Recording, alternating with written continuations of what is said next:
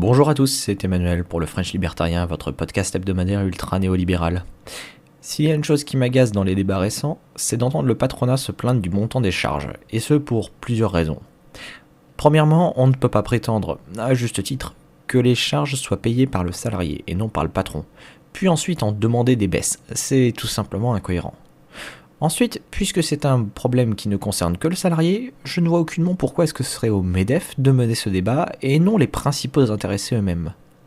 Mais pour resituer le contexte, de quoi parle-t-on ? Chaque employé touche un salaire dit net, c'est-à-dire duquel des prélèvements ont été effectués, les fameuses cotisations ou charges. On fait la distinction entre cotisation salariale et cotisation patronale, même si ce n'est qu'un jeu d'écriture comptable. C'est bien sur les épaules du salarié qu'elle repose. Car tout comme un vendeur répercute la TVA sur ses prix, un patron répercute les cotisations sur les salaires qu'il verse. À quoi servent-elles ? Pour financer de nombreuses prestations sociales. Les trois les plus connues et les plus importantes sont la santé, le chômage et la retraite. S'il y a une réforme qu'il faudrait mener, ce serait de faire payer les cotisations par les salariés de manière directe et non plus déguisée. Pour commencer, cela aurait d'énormes vertus pédagogiques, puisque l'on verrait enfin quel est le montant réel de notre protection sociale. On ne peut décemment pas tenir un débat démocratique éclairé sur l'efficacité de notre protection sociale quand les informations sont aussi cachées qu'elles ne le sont actuellement. Entre personnes politiquement informées, chacun sait que la protection sociale vient des cotisations.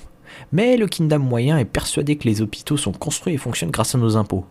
Confusion régulièrement entretenue par de nombreux populistes par ailleurs. Mais est-ce que le prix que l'on paye pour ces services est trop élevé ? Malheureusement, personne ne peut le dire. Il l'est probablement, mais je suis dans l'incapacité de l'affirmer.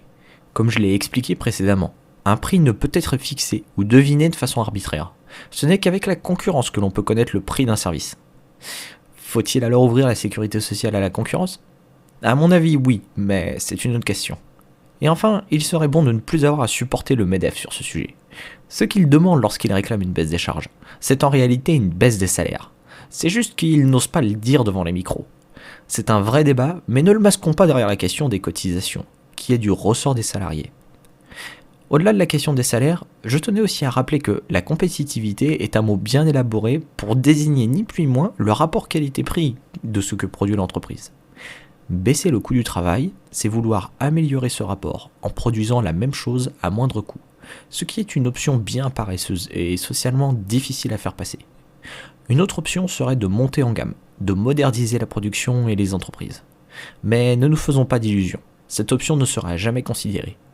Elle remet en cause la situation établie d'un patronat réactionnaire, d'une classe politique et de sa corruption légale. Et surtout, elle remet en cause un dogme profondément ancré sur la taxation du capital. Que le gouvernement préfère appauvrir la population plutôt que de revenir sur la taxation de l'investissement en dit très long sur son degré de dogmatisme. Comme d'habitude, si vous avez aimé ce podcast, n'hésitez surtout pas à laisser un pouce vert et à vous abonner pour recevoir chaque jeudi un nouvel épisode du French Libertarien.